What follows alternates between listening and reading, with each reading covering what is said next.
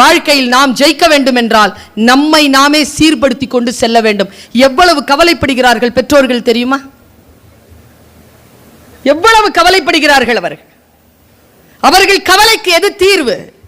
நான் என்னையே சரி செய்து கொள்வது தானே. என்னையே சரி செய்து கொள்வதற்கு எது தடையாக இருந்தாலும் அந்த தடையை ஜெயிக்க வேண்டிய கடப்பாடு உனக்கு இருப்பதாக நான் கருதுகிறேன். உன் வயதிலேயே நீ மாற்றிக்கொள். நான் ரொம்ப சூட்சுமமான ஒரு விஷயத்தை உங்களுக்கு சொல்லி கொடுத்துட்டு போறேன். உன்னை நீயே கவனி, உன்னை நீயே நீட்டா வச்சுக்கோ. டெய்லி குளிச்சுட்டு ஸ்கூலுக்கு வா. டெய்லி உன்னுடைய பேக்கை வந்து நீட் பண்ணு. உன்னுடைய பெட்டை நீ நீட் பண்ணு. நீ போயிட்டு வந்திருக்கிற பாத்ரூமை நீ நீட் பண்ணு. உன்னுடைய பிளேட்டை நீ கழுவி வை. உன்னை நீயே செல்ஃப் டிசிப்ளினா பார்த்துக்கிட்டனா உன்னை ஜெயிப்பதற்கு இனி ஒருவனும் இந்த உலகத்தில் பிறக்க போவதே கிடையாது. உன்னை நீயே ஜெயித்து கொண்டு போக வேண்டும் என்றால் நான் செய்த சில விஷயங்களை நீயும் செய்ய வேண்டும் என்று நான் சொல்லுகிறேன். இந்த வயதில் குழந்தைகளை நான் 31 நாடுகளுக்கு மேல் பயணம் செய்திருக்கிறேன். ஒரு டிக்கெட்டையும் என் சொந்த செலவில் வாங்கினது கிடையாது. இப்போ வந்துட்டு போகிறதுக்கான செலவும் உங்கள் சேர்மன் தான் கொடுக்குறார். கற்றோருக்கு தெரியுதுல்ல, சொல்ல நல்லா தெரியுது. ஆனால் அந்த வார்த்தைகள் தருகின்ற பொருள் இருக்குல்ல, அது ஆன்மாவில் போய் தைக்கணுமே. கற்றோருக்கு சென்ற ஒரு பொண்ணு ஃபர்ஸ்ட் மார்க் வாங்குறான்னா, ஒரு பொண்ணு ஃபெயில் ஆகிறானா, 2 பேருக்கும் ஒரே கிளாஸ் தானே, 2 பேருக்கும் ஒரே டீச்சர் தானே, 2 பேருக்கும் ஒரே டைம் தானே, 2 பேருக்கும் ஒரே ஃபீஸ் தானே. என்ன பிரச்சனை? எங்கே இருக்கிறது பிழை? அந்த பிழையிலிருந்து நாம் எப்படி நம்மை தயார் செய்து கொள்ள வேண்டும்? நான் இப்படி சொல்றேன் பாரு, உனக்கு ஒரு ஸ்ட்ராட்டஜி சொல்லித்தரேன். சமீபத்தில் சில வார்த்தைகளின் மீது எனக்கு கவனம். தொடர்ந்து சில வார்த்தைகள் சொல்லப்பட்டுக்கிட்டே இருக்கு. ஆனா அதுக்கு எந்த அர்த்தமும் கிடையாது. ஆனா சொல்லப்படுது. அப்படி ஒரு மிருகம் நம்ம வீட்டுக்குள்ள வந்துடக்கூடாதுன்னு சொல்லிட்டு ஒரு மிருகத்தை சொல்லுவாங்க. அது வந்தா வீடு உருப்படாது. ஆமை. அது என்ன சொல்லுவாங்க மேடம்? ஆமை புகுந்த வீடும் அமீனா புகுந்த வீடும். நான் ஆமை எப்பாவது நம்ம வீட்டுக்கு வந்திருக்கா மேடம்? அது நம்ம குடும்பத்துக்கு எடுத்துருக்குதா? ஏன் சொல்லிக்கிட்டே இருக்கோம்? அதை என்ன காரணம்? எனக்கு வேற இந்த அமீனா புகுந்த வீடுனோட திக்குன்னு சின்னடா, அது நம்ம வீட்டு புள்ள பேரா இருக்குது, அது யார் வீட்டை போய் குழப்புச்சின்னு பார்த்தா அது ஏதோ அரசாங்கத்திலேருந்து வந்த என்க்ரோச்மெண்ட்டு வளர்க்குறதுக்கான அந்த ஆளுக்கு பேர் அமீனாவான். அதை ரிக்வெஸ்ட் பண்ணி பேரை மாற்றணும்னு சொல்லணும். சில வார்த்தைகளுக்கு அர்த்தமே கிடையாது குழந்தைகள். ஆமை புகுந்த வீடு உருப்படாதுன்னு சொல்றாங்கல்ல, நீ கொஞ்சம் போய் இன்னைக்கு ஆமைகளை பற்றி கொஞ்சம் யோசிச்சுப்பார். நமக்கு ஆமைங்கிறது தர்த்தரத்திற்கான குறியீடா எப்போ மாறுச்சு? யார் மாத்தனா? அதனுடைய எனர்ஜி லெவல் என்னது? நான் ஹாங்காங் போயிருக்கும்பொழுது பக்கத்தில் தான் மக்காவ், சீன நாடு. அது என்கிட்ட ஷெங்கான் விசா இருந்தது. நான் உள்ளே போனேன். உள்ளே போய் பார்க்குறேன், ஒவ்வொரு வீடுகளுக்கு கிட்டையும் நம்ம அகல் விளக்கு வைப்போம்ல, அப்படி ஆமை என்னுடைய பொம்மை வச்சுருக்காங்க. அவங்க ஆமையை செல்வ செழிப்பான ப்ராஸ்பரஸ்க்கான ஒரு விஷயமா வைக்கிறாங்க சீன நாட்டில். இப்போ என் வீட்டில் அது இப்படி தான் சொல்லுவாங்க தெரியுமா? இப்போ கிறிஸ்துவர்கள் பாம்பை சாத்தான்பாங்க, இந்துக்கள். நான் ஒன்று சொல்கிறேன், பாம்பு சாத்தான்னு கிறிஸ்துவர்கள் சொல்கிறதும் பாம்பை சாமின்னு இந்துக்கள் சொல்கிறதும் பாம்புக்கு தெரியுமா? உனக்கு எப்படி தெரியாது? தெரியுமா தெரியாதான்னு டக்குன்னு பதில் சொல்லவே கூடாது. கவனிச்சுக்கணும். உன் வேலை லேர்னிங் தான். Just learn. அந்த ஆமை விஷயம் சொல்கிறதுக்கு முன்னால் ஒரு விஷயம் சொல்கிறேன். நீ எவ்வளோ அலர்ட்டாக இருக்கிறன்றதை பார்க்குறதுக்கு சொல்கிறேன். 50 பேர் ஓடிட்டு இருக்கிறீங்க ஒரு ஓட்டப்பந்தயத்தில், சரியா? நீயும் ஓடுறதில்ல, மேரத்தான் ஓடிக்கிட்டே இருக்கிற நீ 2வது ஆளை தாண்டிட்ட. இப்போ உன் பொசிஷன் என்ன? ஃபஸ்ட்டுன்னு சொன்னதெல்லாம் ஃபெயிலு. 2வது ஆளை தானே தாண்டி இருக்கிற. உனக்கு முன்னால் ஒருத்தன் ஓடிட்டு இருக்கான்ல, யோசிக்கிறதே இல்லை. சரி, இன்னொரு கேள்வி கேட்குற. நிமிர்ந்து உட்காரு. இன்னொரு கேள்வி கேட்குறேன். 50 பேர் ஓடிட்டு இருக்கிறீங்க, கடைசி ஆளை தாண்டிட்ட, இப்போ உன் பொசிஷன் என்ன?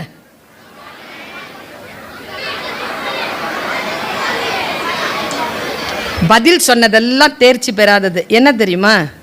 கடைசி ஆளை எப்படி தாண்டுவ?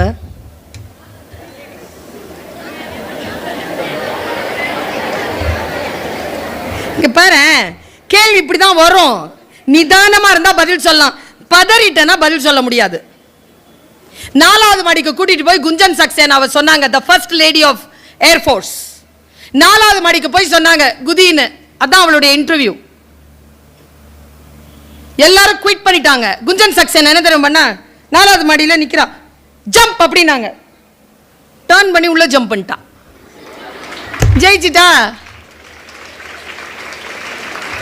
Listen, learn, listen, learn, observe, learn, listen, learn. அதுக்கு தான் இந்த வயது. எதையுமே கற்றுக்கொள். ஒரு ஒரு ஒரு ஃபோர்ஸான ஒரு ஆளா கத்துக்கோ. நான் சொல்ற பாரு, இப்போ ஒரு ஆமை, நான் உடனே போய் அதனுடைய யூடியூப்ல போய் அதை பத்தி யோசிச்சேன். நான் 4 விஷயம் சொல்றேன் பாரு ஆமை பத்தி. You will be so happy to know about it. உலகத்தில் இருக்கிற ஜீவராசிகளிலேயே அதிக வாழ்நாட்கள் வாழக்கூடிய ஒரே ஜீவராசி ஆமை. அதனுடைய வயசு சொன்னேன்னு வச்சுக்கோங்க, மினிமம் 300 to 500 to 800. எத்தனை ஜெனரேஷன்ங்க பார்க்கும்? நம்ம தாத்தாவை பார்த்துருக்கோம், அதுக்கு அப்பனை பார்த்துருக்கோம், அவங்க அப்பாவை பார்த்துருக்கோம், அதுக்கு முப்பாட்டனை பார்த்துருக்கோம். 800 வருஷமாங்க. இன்னொரு விஷயம் சொன்னா நீ ரொம்ப ஆச்சரியப்பட்டு போவ. கடல் வாழ் உயிரினங்களிலேயே அதிக கிலோமீட்டர் பயணம் செய்யக்கூடிய ஒரே மிருகம் ஆமை. திமிங்கலத்தை விடவும். அது எப்படின்னா, சொன்னா ஆச்சரியப்படுவ. என்ன செய்யுமா, மூட்டை இருக்குல்ல, அது மேல உனக்கு புக்கு மூட்டை இருக்குது, நீ ஆமைதான். நீயும் அதிக வாழ்நாள் வாழப் போகின்ற ஆமை, நீயும் அதிக நாட்கள் பயணம் செய்ய போகின்ற ஆமை. நான் ஆசீர்வதிக்கிறேன். எப்படி அது பயணம் செய்யும்னு சொல்றாங்க, ஆச்சரியப்பட்டேன்.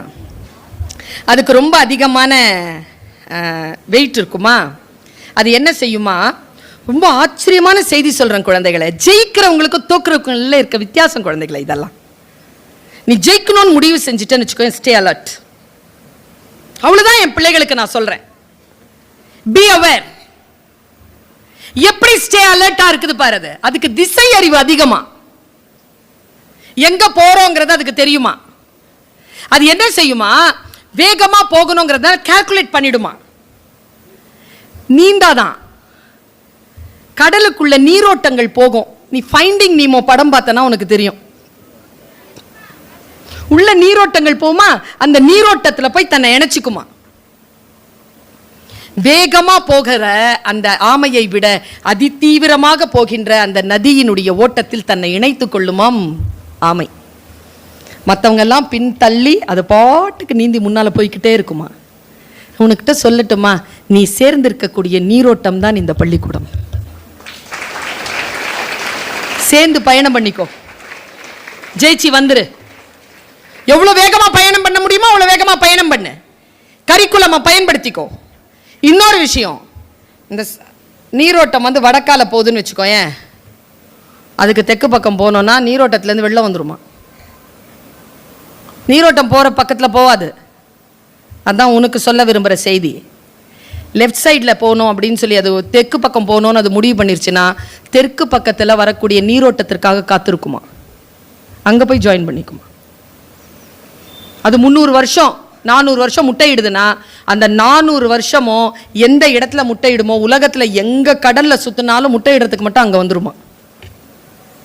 என்ன திசை அறிவுங்க அதுக்கு. தமிழர்கள் கடலாடிகள், அவர்கள் கப்பல் வைத்து கடலிலே பயணம் செய்தவர்கள். அவர்கள் சுக்கானை திருப்புகின்ற பொழுது உள்ள லென்ஸ் வச்சு ஆமை போகின்ற திசையில் தான் போவாங்களாம். ஏன்னா ஆமை திசை திரும்பாது. அந்த நீரோட்டங்களை வைத்துக் கொண்டு கடலை செலுத்தியவர்கள் என்று குறிப்பு சொல்கிறது. Be like a tortoise, life ஒரு முறை தானே, கற்றுக்கொள், சைன் பண்ணிட்டு போ. பெரிய அளவில் வாழ்க்கையில் முன்னேறுவதற்கு வாய்ப்புகள் கிடைக்கின்ற பொழுது அந்த வாய்ப்புகளை பயன்படுத்த என்கிறேன் நான். பயன்படுத்தாதவர்கள் தோற்கிறார்கள். கோயில்ல யானை என்ன பண்ணுது? ஆசீர்வாதம் பண்ணுதா? எப்ப ஆசீர்வாதம் பண்ணோம்? அப்படி சொல்லு. காசு கொடுத்தா? ஒரு நாள் நான் மதுரைக்கு போயிருந்தேன்னா, வெளியில் உட்காந்துட்டு இருந்தேன். அந்த யானை இருந்துச்சு. எனக்கு யானை ரொம்ப பிடிக்கும். என் கையில் 40 ரூபாய் இருந்துச்சு. நான் என்ன பண்ணேன், 20 ரூபாய்க்கு போய் வாழைப்பழம் வாங்கினேன். சத்தியமாக நடந்ததா? எத்தனை பேர் என்ன கற்றுக்குறீங்கிறத பார்க்குறேன். 20 ரூபாய்க்கு வாழைப்பழம் வாங்கினேன். வாழைப்பழம் வாங்கிட்டு போய் யானைக்கு கொடுத்தேன். யானை என்ன செய்யும்? ஆசீர்வாதம் பண்ணுமா? பண்ணலை. இப்படி நிற்கிறேன், பண்ணலை. என் பக்கத்தில் இத்தினூண்டு வாண்டு ஒருத்தன் வந்தான். 1 ரூபா கொண்டு வந்தான். 1 ரூபா கொடுத்த உடனே என்ன பண்ணுச்சு? நியாயமா? நியாயமா சொல்லு. நியாயம் இல்லை. ஆனால் அந்த நியாயம் இல்லாதது யானைக்கு தெரில. எனக்கு கோவம். நான் மறுபடியும் போனேன், 20 ரூபாய்க்கு பழம் வாங்கினேன். ப்ளீஸ், நான் உனக்கு காசு போடுற அளவுக்கு பணக்காரி இல்லை. யானைக்கு போட முடியுமா காசு? 1 ரூபா கொடுக்க முடியுமா யானைக்கு? அதை யானை இப்படி கை நீட்டி இப்படி கை நீட்டுதுங்க நமக்கு முன்னால. யானை கை நீட்டலாமா? நீட்ட விடலாமா? எனக்கு உடன்பாடு இல்லை. சாப்பாடு வாங்கி சாப்பிடலாம், அது நம்ம கடமை. காசு கேட்கறது அவ்வளவுதான், சொல்லிட்டல்ல. ஆனா உங்ககிட்ட சொல்றேன், யார் வாய் திறந்து பேசுனீங்களோ இங்க வச்சுக்கோ. சொல்லிராத. சொல்லக்கூடிய பவர் வரும் ஒரு நாள், அப்போ சொல்லு. இப்போ சொன்னா அது பழி. காலம் வரும்போது சொன்னால் அது பெருமை. வார்த்தைகளை பிடிச்சி வச்சுக்கோ, தப்புன்னு சொல்லிடாத. சரியா? அவர்கள் தான் ஜெயிப்பார்கள். எனக்கு ரொம்ப மன வருத்தம்.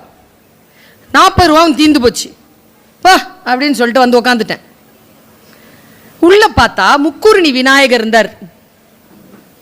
கோயிலுக்குள்ள போயிருக்கீங்களா? மதுரை கோயிலுக்குள்ள. அதுவும் யானை தானே விநாயகர். எல்லாரும் ஒரு 10 பேர் நின்னுட்டு இப்படி நிக்கிறாங்க. ஒரு யானை நமக்கு முன்னால இப்படி நிக்குது. உள்ள இருக்கிற யானைக்கு முன்னால மத்தவங்க இப்படி நிக்கிறாங்க. What is the difference? இது கோயில் யானை, அது விநாயக யானை. நாயகன்னா என்ன அர்த்தம் தெரியுமா? தனக்கு ஒரு தலைவன் இல்லாதவன் அர்த்தம். மாஸ்டர்னு அர்த்தம். என் குருநாதர் கிட்ட கேட்டேங்க நான்.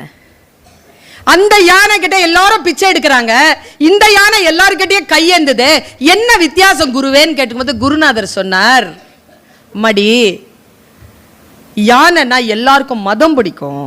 எல்லா யானைக்கும் மதம் பிடிக்கும், கோபம் வரும். அப்ப அதை அழிச்சிரும் உலகத்தை. எந்த யானையும் கோபப்படாம தன்னைத்தானே அடக்கி கொள்ள வேண்டும் அப்படின்னு சொன்னா அது முடியாது. அதுக்கு ஒரு அங்குசம்னு ஒன்று வச்சிருப்பாங்க. கும்கி படத்தில் அவர் வச்சிருப்பாரு கையில குச்சி ஒன்று. அத தன்னுடைய பலவீனம், மதம் என்பது யானையின் பலவீனம். கோயில் யானை தன் பலவீனத்தை அடக்கக்கூடிய ஆயுதத்தை பாகன் கிட்ட கொடுத்து வச்சிருக்கு. அதனால அது பிச்சை எடுக்குது. விநாயக யானை கிட்ட போய் பார், தன் பலவீனத்தை அடக்கக்கூடிய ஆயுதத்தை அது தன் கையிலேயே வைத்திருக்கும். எவன் ஒருவன் தன் பலவீனத்தை அடக்கக்கூடிய ஆயுதத்தை அடுத்தவர்களில் கொடுக்கிறானோ அவன் பிச்சை எடுப்பான். எவன் ஒருவன் அதை தன் கையிலேயே வைத்திருப்பானோ அவர்களுக்கு, மற்றவர்களுக்கு அவன் பிச்சை இடுவான் என்பதனை விநாயகன் சொல்கிறான். நம்ம பலவீனத்தை அடக்கக்கூடிய ஆயுதத்தை குழந்தைகளே நாம் தான் கையில் வைத்திருக்க வேண்டும். அடுத்தவர்கள் எழுந்திரு என்கின்ற இடத்தில் உட்காராத. அடுத்தவர்கள் நமக்கு குறை சொல்லுகின்ற அளவிலே நம்முடைய வாழ்க்கையை நாம் நடத்தாமல் இருப்பதற்கு பழகு.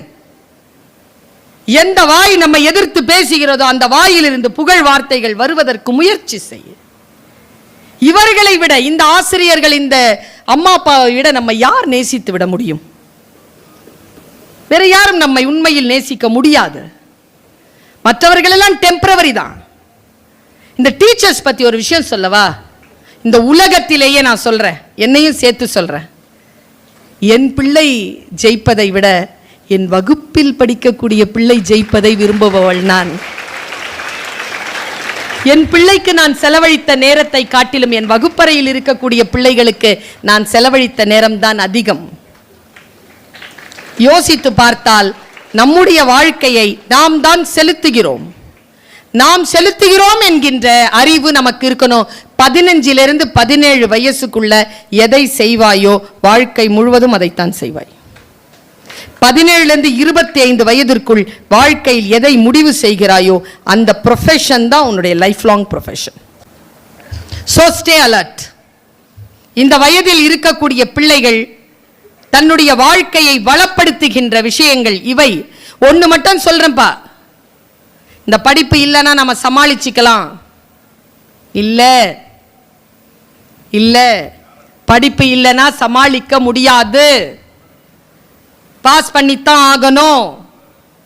நான் பல பேரை பார்த்திருக்கிறேன், பல பேரை சந்தித்திருக்கிறேன். பாரு, யாருடைய வாயிலிருந்து வரக்கூடிய சொல் நம் வாழ்க்கையை மாற்றும்னு நமக்கு தெரியாது. அது எந்த புத்தகத்திற்குள் உள்ளதுன்னு தெரியாது.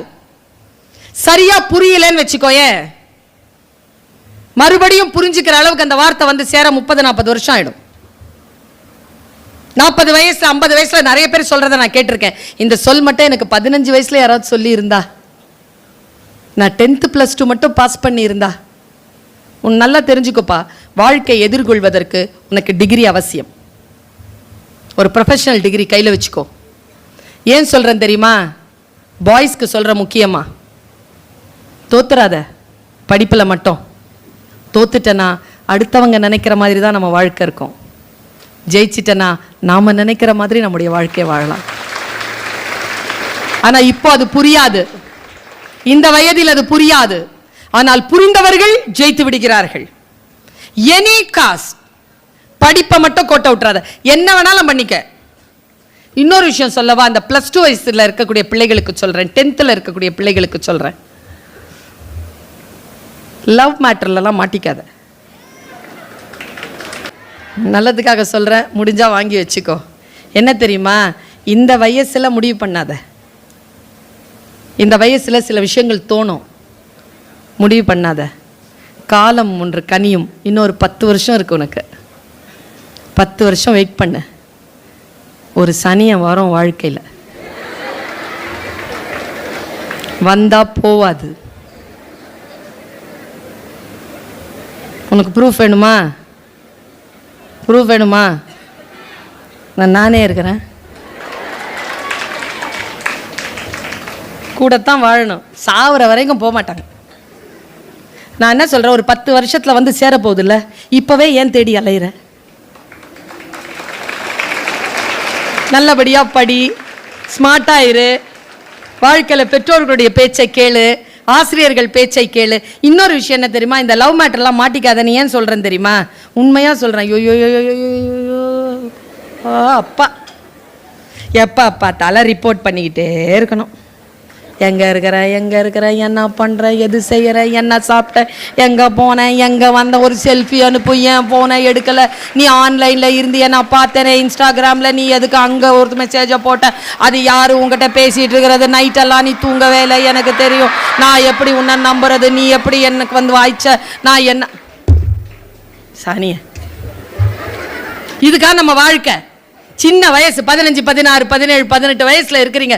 வாழ்க்கையில் கல்வி என்கின்ற ஆயுதத்தை கையில் எடுத்துக்கொண்டு அதிகாரம் என்கின்ற எல்லைக்குள் போய் பொருளாதாரத்தில் பெரியவர்களாகி இந்த தேசத்தையும் இந்த நாட்டையும் இந்த குடும்பத்தையும் காப்பாற்றுகின்ற அத்தனை ஆளுமையும் பெறக்கூடிய ஒற்றை வயதில் இருக்கிறோம். இந்த வயதை போய் வீணடிக்கலாமா? அதெல்லாம் செய்யறதுக்கு காலம் இருக்குது. வந்து இது குழப்பமான வயது. அனுபவிங்கிற நான் எந்த முடிவும் எடுக்காமல் அனுபவி, கற்றுக்கொள். learn learn learn learn learn my dear children.